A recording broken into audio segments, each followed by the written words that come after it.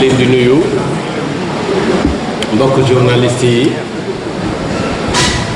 mbokk famille presse bi yëpp maa ngi leen di nuyu ku ci ne ci turam ak santam di leen dalal jàmm fii ci Massalikul Jinaan di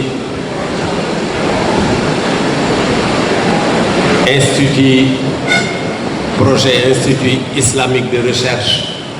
Cheikh Ahmadou Bamba bi nga xam ni xalif général initié ci turu Cheikh Ahmadou Bamba def ko mu nekk benn don pour toute la communauté islamique di leen jégalu ndax xam ngeen ni ñoo ngi ci en pleine finition nekk tamit ci préparatif yi nga xam ni mooy préparatifu accueil le khalife général des mourides moo tax ñuy jégalu ci promiscuité bi nga xam ni bii am na fi ndax xam ngeen ni fii néegu yàlla la jàkka la jumaa la ba nga xam ni commodité yi ci war a am yépp pour événement yu mel nii du ci am ndax fii ñu nekk daanaka salle de prière la waaye nag tant que parewul ba ñu lal ay tapis du tudd salle de prière mooy salle de prière des femmes la salle de prière quotidienne donc ñoo ngi leen di dalal jàmm fii ci barab bi di leen masawu coono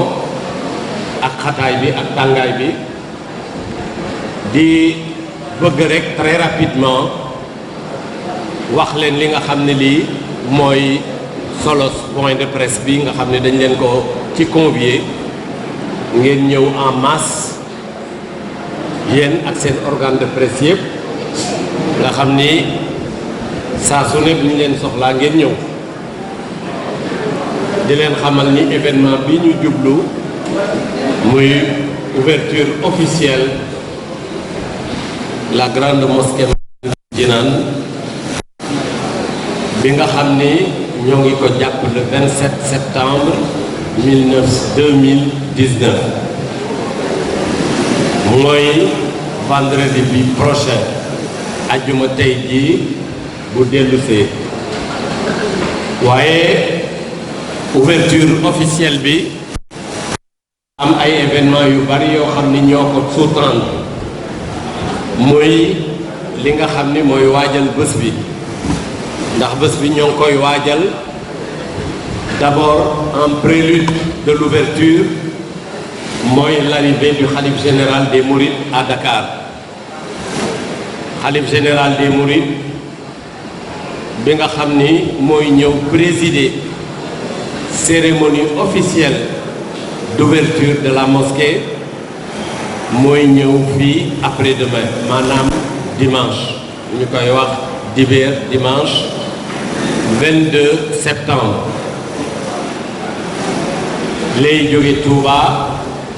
ñëw fii ci jumaa ji certainement dans la matinée ba nga xam ni ñoo ngi convier toute la presse que vous représentez di convier toute la population de Dakar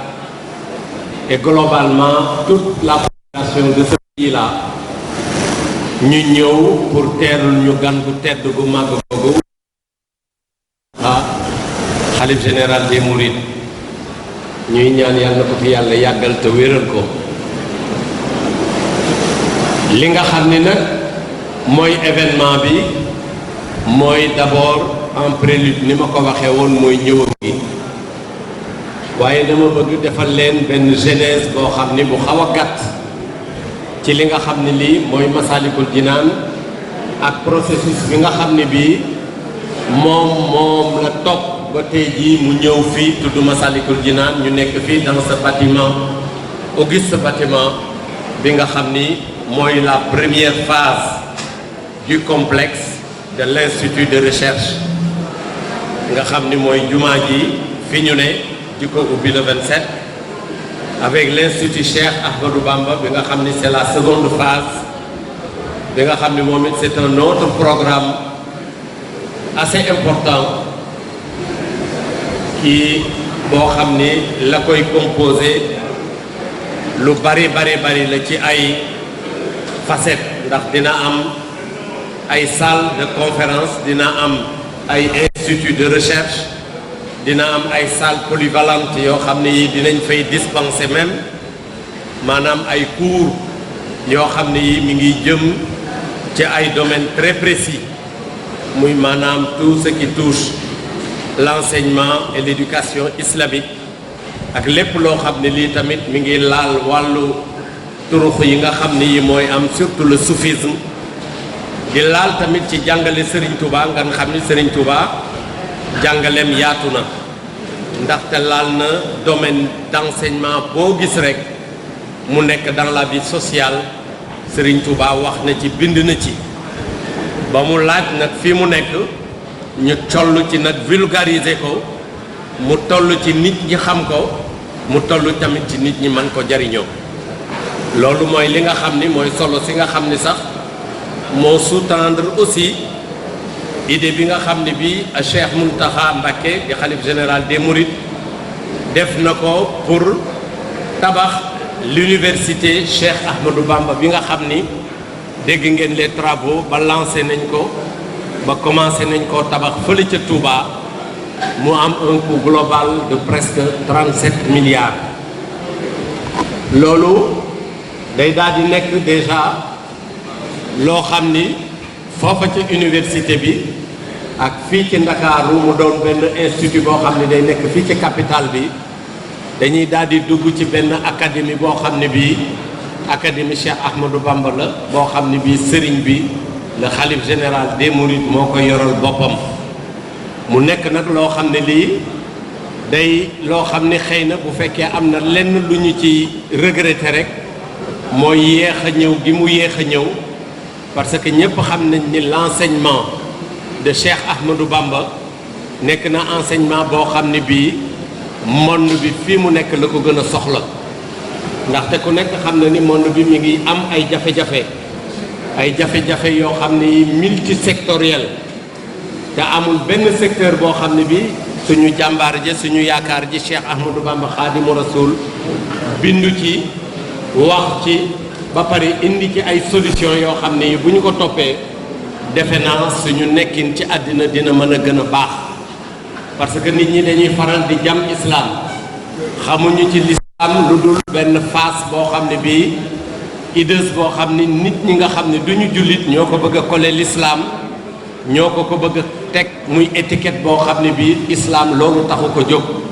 ndaxte l'islam ni ko baat bi fu wundee mu nekk baatu jàmm donc lépp loo xam ne lii nekkul jàmm nekkul loo xam ne lii nit ñi dañ ko mën a jël mu daal di nekk ak ñoom doon viatique dekk ak ñoom ñu nekk ak moom di dund ak moom lu dul jàmm loolu l'islam doonu ci dara kon il est temps ñu xam enseignement Cheikh Ahmadou Bamba ak ñi nga xam ne ñii c'est ses contemporains ak ñi nga xam ne ñii ñoo ko fi jiitu woon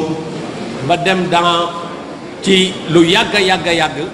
nga xam ne de grands penseurs bind nañ ko ci loo xam ne lii rek mooy li nga xam ne lii mooy teeyal dunduk doomu aadama loolu nag moom la ñu naal fii nga xam ne ça sera la deuxième phase au niveau de ce complexe là mu daal di nekk l'institut de recherche islamique Cheikh Ahmadou Bamba jàkk ji nag ñu nga xam ne dañ ko def ci site bi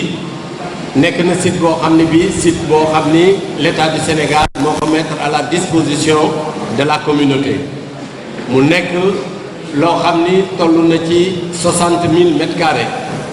le gouvernement du président Abdoulaye Wade jëloon ko jox ko le khalife général des Mourides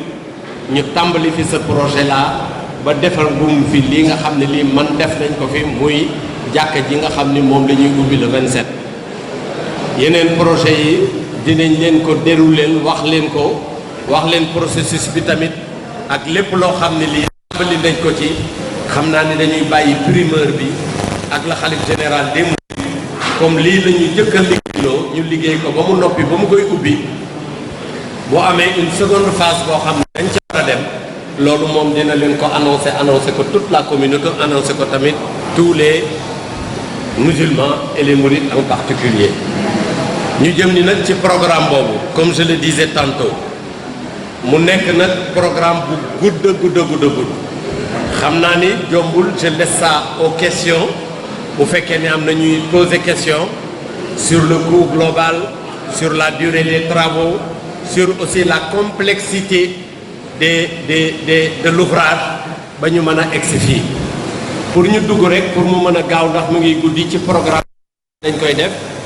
kon phase bi nga xam ne bii mën nañ ko tudde muy phase bu njëkk bi mooy ñëw Serigne Mountakha fii ci Ndakaaru nga xam ni dimanche la fiy ñëw ci matinée bi wala ci fin de matinée bi dinañu communiquer ak yéen l'itinéraire bi nga xamee ni bii fi lay aw ba bi muy ñëw fii ci Massalikul Jinaan bu fi ñëwee tamit il va faire la première visite ci jàkka ji dugg ci biir xool ni ñu ko liggéeyee nga xam ni moom daan na fi ñëw lu yàgg waaye nag bi travaux finition yi accéléré rek léegi gëj na fi ça doit faire 2 ans mu ñëwee ñu présenté ko liggéey bi mu visité ko ba pare daal di wëlbatiku toog ak ñun ab diir bu fekkee ni taalibe yi mën nañ ko ziyaare ñu ziyaare ko sinon ñu libéré ko mu daal di dem ci fa nga xam ni fa lay dal muy kër Serigne Touba gi nga xam ne bii waajal nañ ko rénové nañ ko defar nañ ko ba ku fa dem xam nga ni mucc na ayib def fa xaalis bu baree bari te lépp dara taxul lu dul événement bi mu daal di fay dem foofu mooy nekk sa résidence officielle nga xam ne dina fa nekk ba ñu ubbi jumaa ji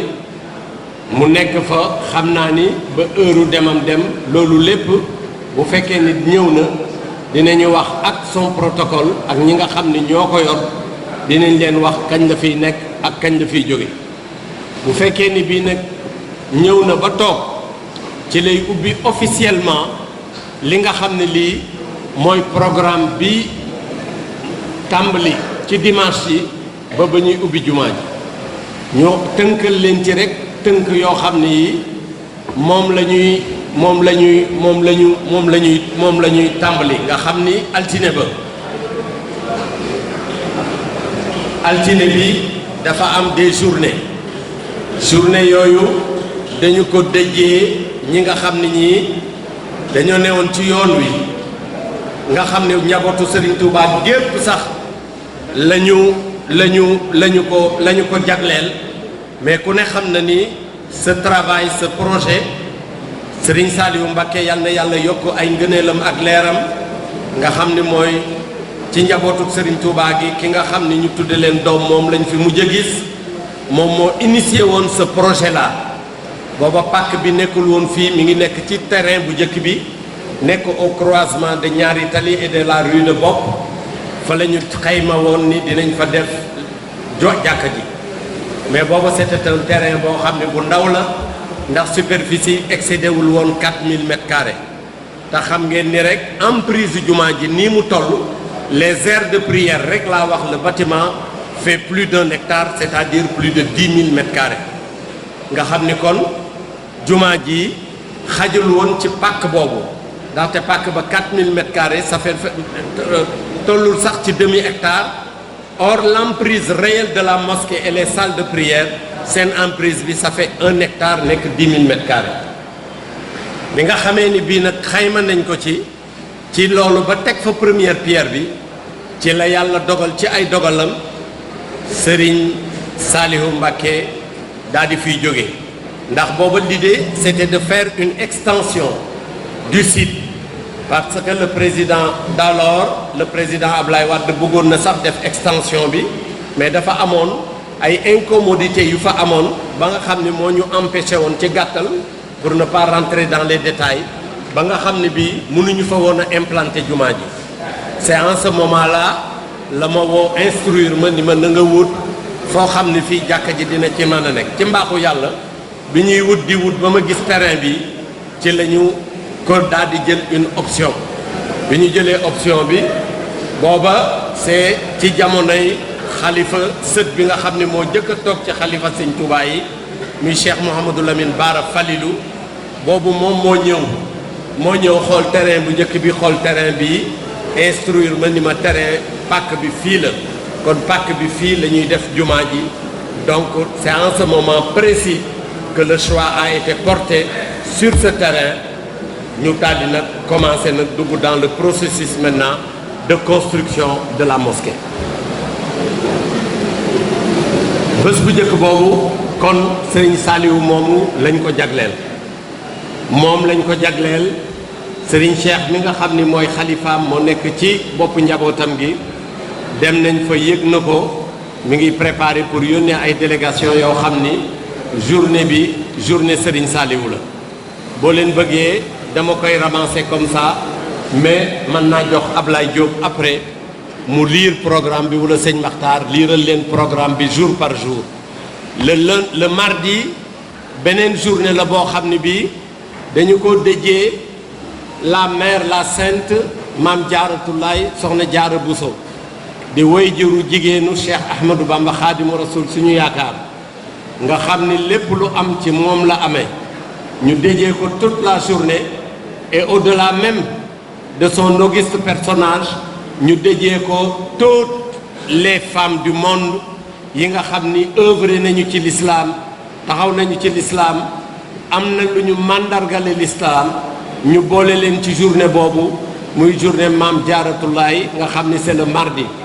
nga xam ni on aura des conférences des thèmes bu ko defee bu ñu paree léegi dinañ leen liiral thèmes yi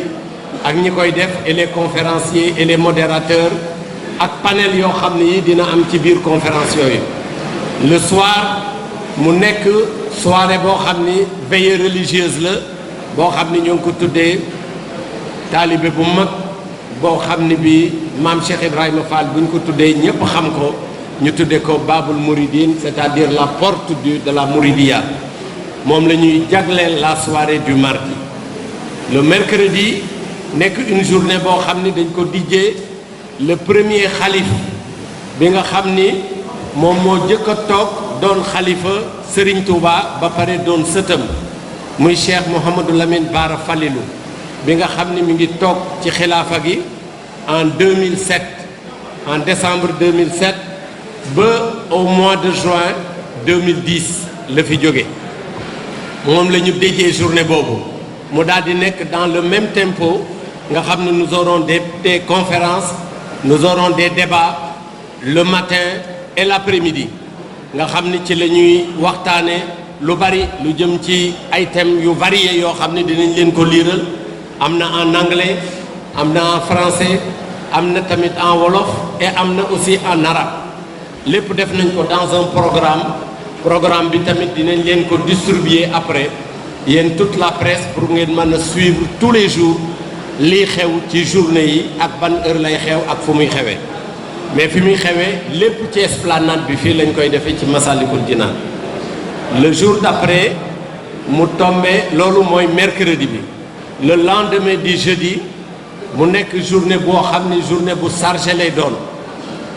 ndaxte journée bi ñoo ngi ko jagle sëñ Sidil Makhtar Mbacké nekk le deuxième petit-fils xalif général des Mourides nekk le 7e xalif de Serigne Touba bi nga xam ni l'effectivité des travaux de la mosquée Massalikul Jinaan ci moom la tàmbalee ba daanaka liggéey bi bëgg a noppi ci ay loxoom li ci des Serigne Mouhamadoul Mountakha eggale ko moom la ñu tuddee journée jeudi bi nga xam ni dinañ ci def tamit ay waxtaan ay conférence le matin ba nga ba midi 2 heures après midi bi Serigne bi day ñëw fii ci Massalikul Jinaan parce que dañ ci am un grand rassemblement boo xam ne bii dañ fiy def bayaan bi mooy c'est une déclaration boo xam ne bii sëriñ bi moo koy def avec un thème précis boo xam ne c'est un appel bu muy lancer toute la communauté internationale lancer ko particulièrement la communauté islamique et les Sénégalais globalement ak taalibey murid yi nga xam ne bayaan boobu dañ fi nekk à partir de 15 heures ba 18 heures nga xam ne y aura des discours bu sëriñ bi defee bayaanam ba pare dina am yeneen i discours yoo xam ne yi dinañ ko ci teg yoo xam ni Cheikh Mouhamadoul Bachir mi nga xam ni moo yor porte-parole bi dina ko ci def man mii jombul le coordonnateur dinaa ko ci def l'après-midi tamit ñu continuer bu loola jeexee ñu continuer les conférences ci ngoon nga ñu def une grande veillée religieuse en prélude de l'ouverture de la mosquée le lendemain le vendredi parce que vendredi bi sëriñ bi dafa ni buñ ci def benn manifestation le matin ndaxte ajjuma dafa xat et sacré nga xam ni bu ñu xëyee rek li ñuy itteewoo mooy naka la ñuy def ba ubbi jumaa ji bu ko defee ñu préparer la prière nga xam ni les invités yi nga xam ni sëriñ bi daf leen a invité ak yi nga xam ni le président de la république le président Macky Sall mi nga xam ni mooy ñëw tamit présider ouverture bi dina ñëw fekkee ouverture bi ak ñi nga xam ni daf leen a invité ñu daal di nag jublu ci julli gi waajal julli gi xutba yi bu ñu jullee ba pare tamit jombul sëriñ bi dina am une brève déclaration boo xam ne bii dina ko def loolu daal mooy li nga xam ne mooy le programme globalement bu ñu jullee ba pare nag ba dem ci kër yi ba joxe xéewal yi ba pare dañuy daal di def nag toute la soirée mu nekk une veillée religieuse ba le samedi ba nga xam ne bii ci la ñuy boucler le programme globalement loolu en ramassé d'une façon sommaire mooy li nga xam ne lii moo nekk ci programme bi nga xam ni mooy semaine inauguration la grande mosquée Massalikul Jinaan boo leen bëggee dama xamul ndax vous avez assez de support si vous avez assez de support on le distribue. Non, Diakhaté est là il n'a qu'à amener autant de support ku fi ñëw yor organe de presse ñu jox la benn waaw bu ko defee ku ci nekk mën ko yóbbaale mën a xam programme bi. Dans le programme alors y a des am na ay programme sectoriel yoo xam ni ci biir programme bi la bokk parce que dina am ay waxtaan waajal nañ ko. honneur la ci peuple Sénégal honneur la ci umma islamique honneur la tamit ci sénégalais yi nga xam ni yi ñoom ñoo dëkkee réew mi.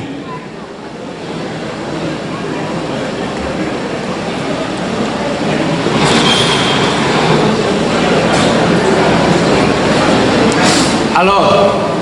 bi ngeen xam ni day nekk manifestation bu rëy boo xam ni mën nañoo jàpp ni manifestation bu ñu toll bu amoon nit bariwul ci réew mi ba nga xam ni waajal nañu lu nekk ci biir ñun avec l'État du Sénégal parce que ku lu mel nii ku koy def xam nga ni ñun rek mënuñu ko def État du Sénégal dugal na ci loxoom bu baax a baax mobiliser tous les services de l'État sur le plan de la sécurité sur le plan de la santé sanitaire c'est-à-dire il y a un grand collectif un comité boo xam ne bi sous l'égide du ministère de la santé et du médecin-chef régional avec de éminents professeurs yoo xam ne yi non seulement c'est des fonctionnaires mais ay talibé Serigne Touba la yu jël volontariat ñëw ànd ak seeni collègues nga xam ni ay centaines de médecins ak i professeurs lañu dinañ fi nekk pour assurer la couverture vraiment médicale. Le professeur Ndaraw est là, docteur Ndeye Maguette et le professeur Niang ñoom ñooy ñi nga xam ne ñoo nekk ci bopp bi ñoo ngi fii dinañ fi am antenne boo xam ne bii médicale sur place mais dinañ am une large couverture médicale au niveau de la région de Dakar ba nga xam ne benn pèlerin foo mën a jógee boo amee jafe-jafe wala nga am besoin boo xam ne bii dafa war a am une intervention médicale bu ñu war a def ci yow loolu dina am te loolu jël nañu matuwaay yépp y a assez d'ambulances médicalisées le service médical c'est-à-dire l'assistance publique ñi ngi fi les sapeurs-pompiers ñu ngi fi la gendarmerie mi ngi fi donc globalement tous les services de l'État sont mobilisés ñuy profiter ci occasion bi pour remercier le président de la République bi nga xam ni il n'a ménagé aucun effort réellement pour nous soutenir. Le ministère de l'Intérieur d'ailleurs va présider encore le mercredi une dernière réunion de réglage boo xam ne bii dañuy dem intérieur ñu xool bax instruction yi ñu joxe woon yépp def nañ ko wala defuñu ko mais on peut d'ores et déjà dire que instruction yi ñu joxe woon yépp mat na sur le plan de la sécurité sur le plan médical sur le plan de la logistique loolu lépp taxawu nañ ci et sur le plan de la couverture aussi médiatique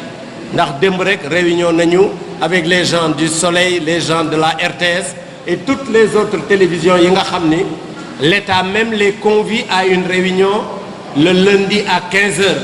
parce que xam ngeen sécurité ak télévision ñoom ñooy liggéey il voudrait d'abord vous montrer le lieu l'intérieur wax leen naka lañ fi mën a liggéeye parce que dinañ fa am d'éminentes personnalités yoo xam ni suñu ay gan lañu alors ba nga xam ni bii bu ko defee yéen di ngeen mën a liggéey seen liggéey convenablement ñoom it dinañ mën a liggéey seen liggéey convenablement le lundi ça sera dans l'après-midi on m'a signalé tout à l'heure que l'architecte était en voyage il est là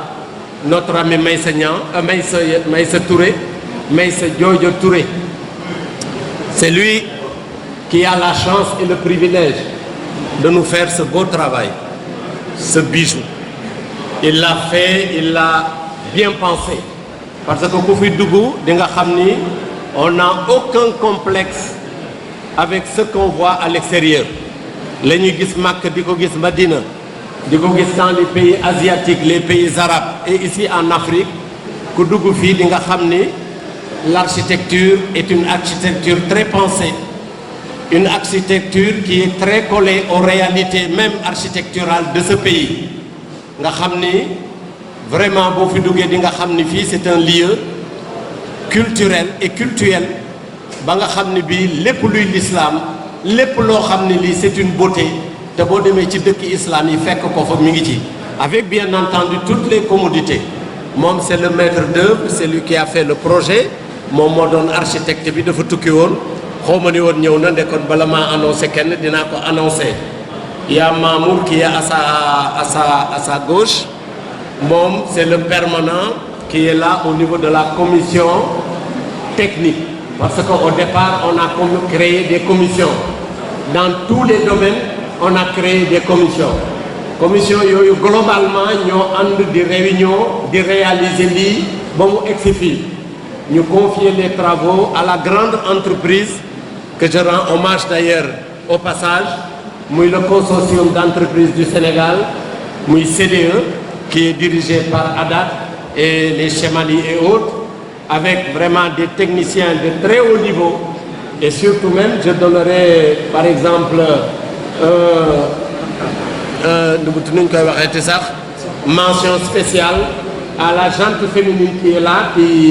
qui est constituée d'une équipe d'ingénieurs femmes et qui ont pu réaliser tout cela donc je fais un grand chapeau à ces dames-là qui ont participé à cela donc lii mooy li nga xam ne lii en ramassé moom lañ leen bëggoon a wax bu fekkee ni am na lenn loo xam ne lii fàtte nañ ko ci ngeen bëgg ko laaj je suis à votre disposition mais le programme globalement ni ma leen ko waxee en ramassé comme am nañu assez de programme dinañ leen ko jox yéen la presse bu ko defee dans vos relations ngeen mën ko exploiter kon defe naa bu ñu fàttewul dara non c'est pas prudent d'en parler waaw y a invité yi parce que y a des pays qui ont confirmé mais y a des pays qui n'ont pas encore confirmé mais de toute façon on les verra ku confirmer rek dinañ leen wax tel pays a confirmé pour venir mais dafa daje ak un événement aussi qui est un événement politique assez important parce que ku ne xam na ni aux Nations Unies l'Assemblée générale des Nations Unies ñoo ngi koy tenir au mois de septembre de chaque année le président Macky Sall d'ailleurs va partir après-demain il va assister à l'ouverture avec tous ses homologues ne bu dul woon période bi tous les chefs d'État de la région et même des pays islamiques dinañu ñëw ñoo ngi def nag ay pexe bu fekkee ne am nañu benn possibilité nee nañu dinañu ñëw mais bu ñu ñëwul it mu nekk une fête sénégalo-sénégalaise boo xam ne bii c'est pour la umma islamique ñu ànd ko avec suñu président de la République et notre ancien président, le président Abdoulaye Wade, qui sera présent parmi nous. Nga xam ni moom moo initié woon projet bi au début moo ñu jox pàkk bi donc mu nekk une grande fête de famille. Il y aura toutes les familles religieuses. Le khalife général a invité toutes les familles religieuses islamiques sans exception. Il a invité toutes les familles coutumières au Sénégal. Invité na tamit moom njabootu Serigne Touba gi njabootu Serigne Touba buntu këru Serigne Touba yépp li ko tàmbalee ci sëñ Modou Moustapha ba ci sëñ Mourtada tàmbalee ko ci soxna Fatia ba ci soxna Maymuna ñoom ñépp seen njaboot yi dinañu ñëw seex si nga xam ne ay seexu Serigne Touba lañu ak ses frères yi nga xam ne ñoo sanc dëkk yi comme Daaru Salaam Daaru Musti ak fépp dinañu ñëw di waa Baye Fall yi tamit invité nañ leen parce que ñoom déjee nañ leen sax une journée donc ça va être une fête pour tout le pays parce que toutes les familles religieuses seront là. La famille de Cheikh Ahmadou Bamba ak ku mu mas a seexal sa maam avec ses frères ñoom it seen famille dinañu ñëw kon c'est une fête boo xam ni que nous souhaitons belle ñoo ngi ciy woo ñëpp di ñaan yàlla ñu dugg ci jàmm ñaan yàlla defal ñu ci jàmm xalifa bi ñëw bu ñëwee ñaanal ñu réew mi am jàmm nit ñi juboo doon benn bu ko defee bu demee xéewal gi mën a tas ci réew mi lii daal mooy en ramasser ce que je voulais dire bu fekkee ne am na lu ma ci fàtte ngeen jégal ma mais bu fekkee ne tamit am na ay laaj yoo leen bëgg a laaj moi je suis à votre disposition je vous remercie